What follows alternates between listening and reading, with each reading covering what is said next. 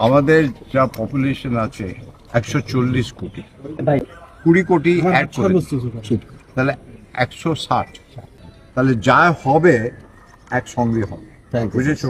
আলাদাভাবে আমি ভাবছি।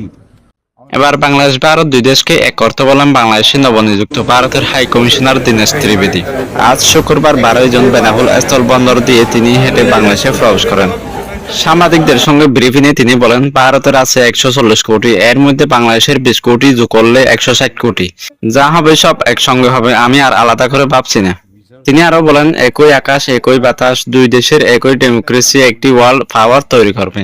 তো হেঁটে চলে গেল, মনে হচ্ছে না যে আমি বাংলাদেশে। ওইটা দেখতে হলো, তাকে বললো হ্যাঁ আপনি বাংলাদেশের বল, এমনি মনেই হচ্ছে না। সবসময় আমি বলি একই আকাশ একই বাতাস একই যন্ত্র।